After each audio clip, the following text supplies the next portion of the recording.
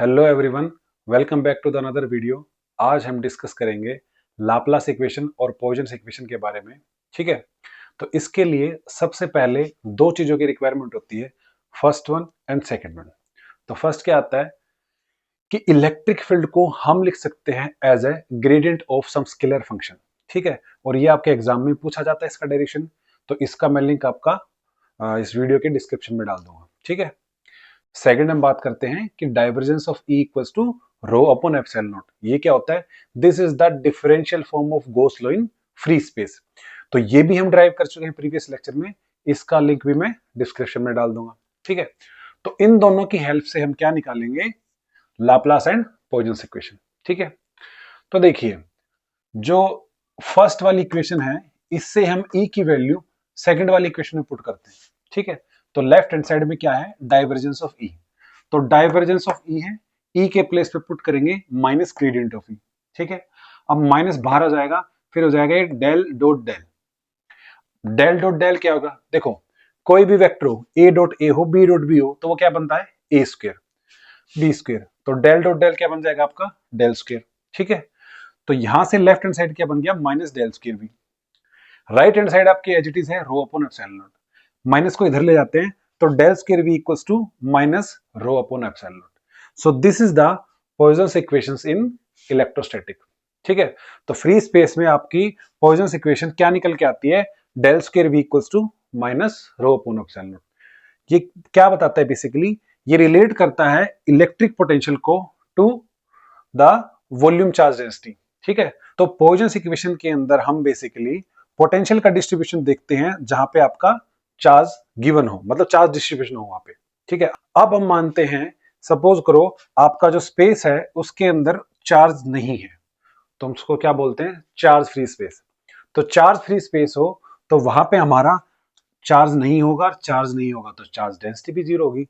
तो charge density would be zero there. तो rho की वैल्यू हम इस इक्वेशन में जीरो पुट कर देते हैं, तब आपका निकल के आता है del square v equals to zero. इस इक्वेशन को हम बोलते हैं लाप्लास इक्वेशंस इन इलेक्ट्रोस्टैटिक। क्या बोलते हैं? Laplace equation in electrostatic. So Laplace equation कब बताता है पोटेंशियल का distribution? In the region which charge is zero, यानी चार्ज फ्री स्पेस हो, तब आपका जो डिस्ट्रीब्यूशन बताता है पोटेंशियल का, वो कौन बताता है? Laplace equation. ठीक है, एक बात और देखो, अब v आपका एक स्केलर फंक्शन है, जैसे आपका पोटेंशियल है। अब ऐसे अगर कोई भी स्केलर फंक्शन हो, अगर वो इस इक्वेशन को सेटिस्फाई करे, तो उस स्केलर फंक्शन को हम क्या बोलते हैं? Harmonic function. क्या बोलते हैं? Harmonic function.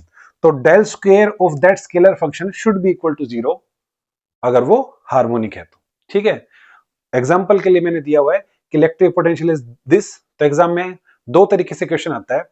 फर्स्ट वन तो कैसे आएगा कि show that this scalar function is harmonic.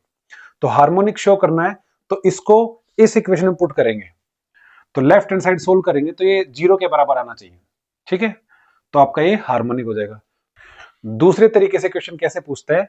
इस टू के प्लेस पे कांस्टेंट रख देगा के, और बोलेगा कि फाइंड द वैल्यू ऑफ के सच दैट और पोटेंशियल इज हार्मोनिक फंक्शन। ठीक है, और पोटेंशियल हार्मोनिक होगा तो डेल स्क्वायर v जीरो आएगा, तो वहां से के की वैल्यू क्या आएगी? Minus two. ठीक है, अच्छा, कुछ कहेंगे सर सोल्व करेंगे कैसे? तो उसके लिए हम चीज डिफाइन करते हैं कि डेल क्या होता है।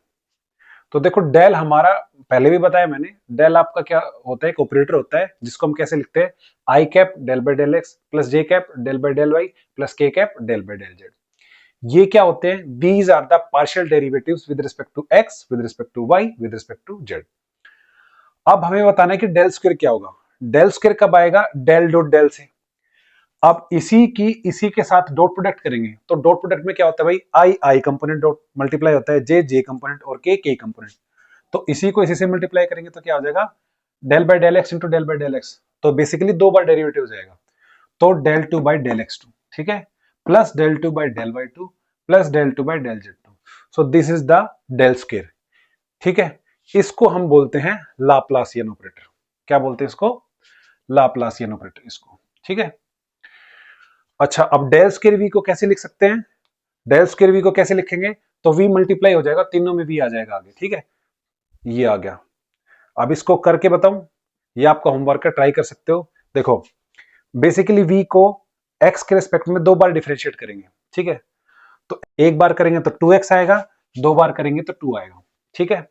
ऐसे ही v को y के रिस्पेक्ट में 2 बार डिफरेंशिएट करेंगे तो y स्क्वायर को एक बार करेंगे तो 2y आएगा और दूसरी बार करेंगे तो क्या आएगा 2, तो ये 2 आ गया। इसको एक बार डिफरेंशिएट करेंगे तो -4z आएगा और दूसरी बार डिफरेंशिएट करेंगे तो -4 बच जाएगा।